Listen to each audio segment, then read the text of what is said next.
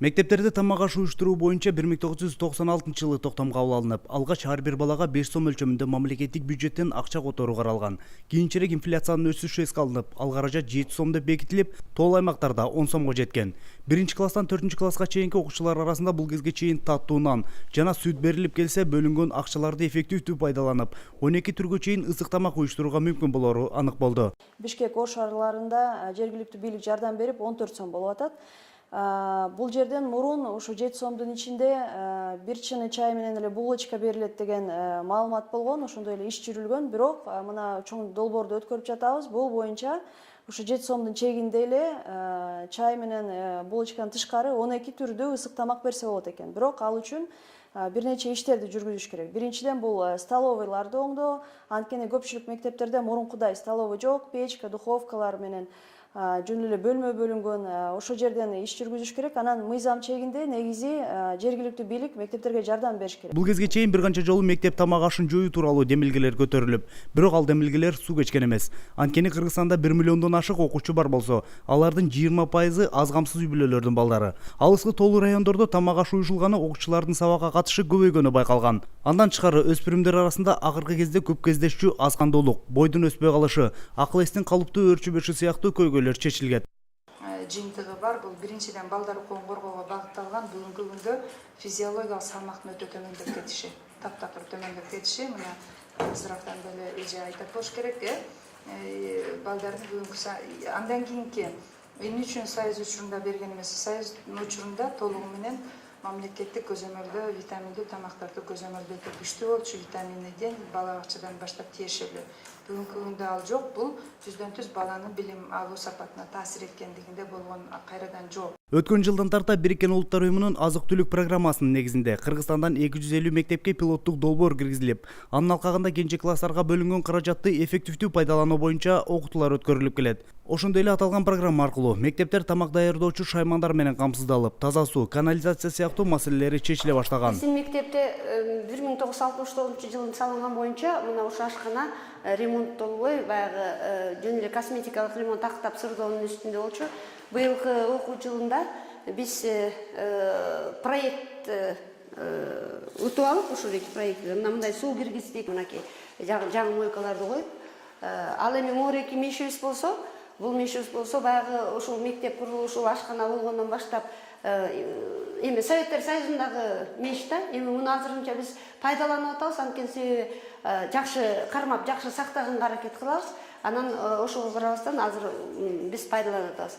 Андан кийин мына жаңы холодильник биздин. Бул кезге чейин мектептерде бирден гана ашкана кызматчысы иштеп, алар мектепке келген сүт, чай жана таттуу токочторду таркатуу менен гана чектелип келсе, эми аларга ашпозчу деген макам берилди. Өлкө боюнча 250 ашкана кызматкери Бириккен Улуттар уюмунун азык-түлүк программасынын алкагында окуудан өткөрүлүп, атайын сертификаттарга ээ болушкан. Бардык шаймандар, бардык инвентарь кайсакта эмне болуш керек деп, компоновка, мындай туура ишти жүргүзүү, ашпозчунун ылайыктуу болуш үчүн эштеген. Ооба, ылайыктуу эргономикасын, андан кийин эмне үчүн сырттан келген персонал униформасыз кирбеш керек деп, ошонун баарын үйрөттүк.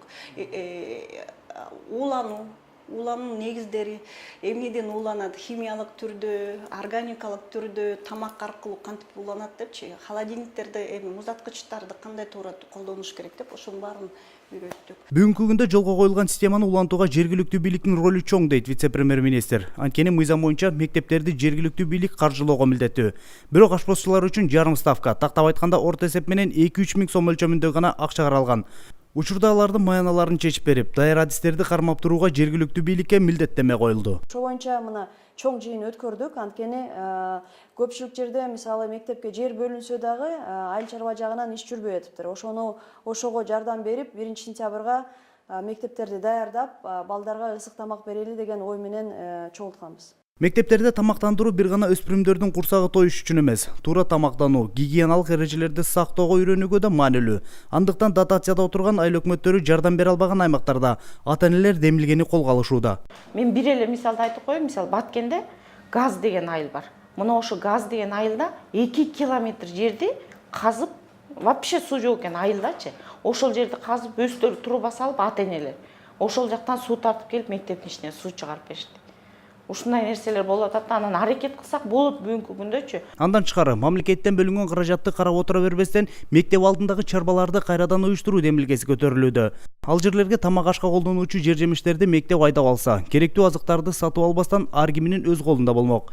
Эми аларды кайрадан жандандырып, жергиликтүү бийлик аларга жардамдашы керек деген тапшырманы өлкөнүн вице-премьер-министри жергиликтүү бийлик өкүлдөрү менен болгон жолугушуу учурунда айтты. Бүгүн жаңы талап боюнча жаңыдан берип атышат. Мектептерге деп атабыз да. Ошо мектептин тамак ашын кандай кылабыз деп. Ар бир билим берүү мекеменин башчысы өзүнчө бир менеджер болуш керек. Мынакей трактор болсо да өз балдарын ойлош керек. Жери болсо эмнени айдаш керек, эмне талап кылып атат.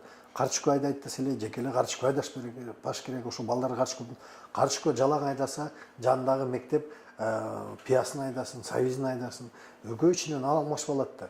Ошолорду ошо талап кылып атабыз, ар ким ойлонсун деп. Өлкөнүн айрым мектептеринде чарбаларды жандандыруу эрте жазантарда жолго коюла баштаган. Мисалга Сокулук районунун Фрунзе айылында мектеп жамааты ашканага керектүү мөмө жемиш, жашылчаларды өстүрүүнү колго алышкан. Мугалимдердин бул демилгесин айыл өкмөтү да колдоп, суу жетпеген бул аймакка атайын скважина менен суу чыгарып берүүгө көмөктөшүүдө. Өзүбүздүн окуу жайда школдо столовый бар, ошого ченеп балдарга тамак бериш керек. Столовый иштетилет да. Бекер. Атак болгон продуктунун баарын сатылып келинет да. Анан мында түшкөн продуктларды бир байкап көрөлү деп атабыз, столовыйга пайдаланып өстүрүлгөн. Эми жаш алдында бул жерде жер кургак болгондуктан аябай кыйынчылыктар эле болду. Суу жок бизде. Сууну бул жерге эки жерге бурит этип, кастырып суу чыгардык. Бирөөнөн жакшы чыкпай атат, бирөөнү өзүңүздөр көрүп атасыздар, эми касып атат.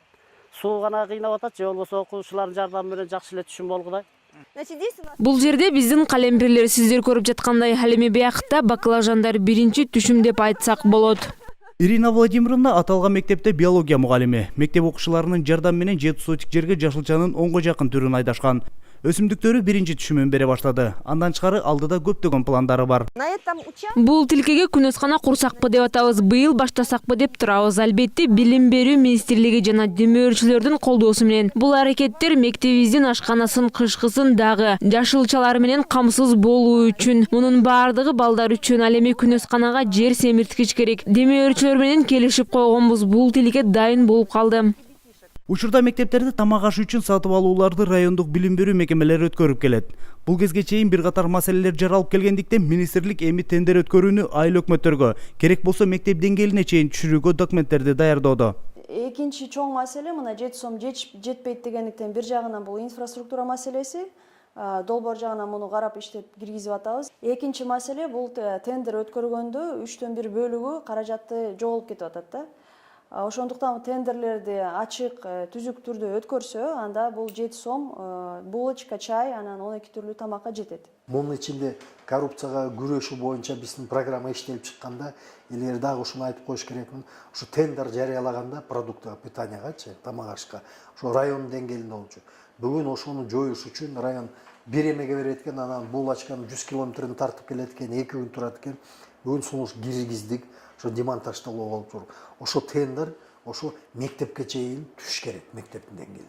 Себеп ар бир мектеп өзү билет да, тоол жерде ал эмне ичет, сүт ичеби, же шаар жеринде чай ичеби, же компот ичеби. Мектептерге бөлүнгөн каражаттын туура жолго жумшалышын мектеп алдындагы камкор кеңештер көзөмөлдөй алат. Өлкөдө бул багыттагы изилдөөлөрдө сабак маалында тамак берүү менен жума ичинде мектепке келген балдардын саны бир кыйла өскөнү байкалса, ал эми ишемби тамак берилбеген күндөрү балдардын сабакка катышы 80%га чейин азайган. Демек бул бүгүнкү күндүн талабы экени талашсыз. Анын үстүнө келечекте дени сак улутту тарбиялоо, күчтүү мамлекетти куруудан кабар берет.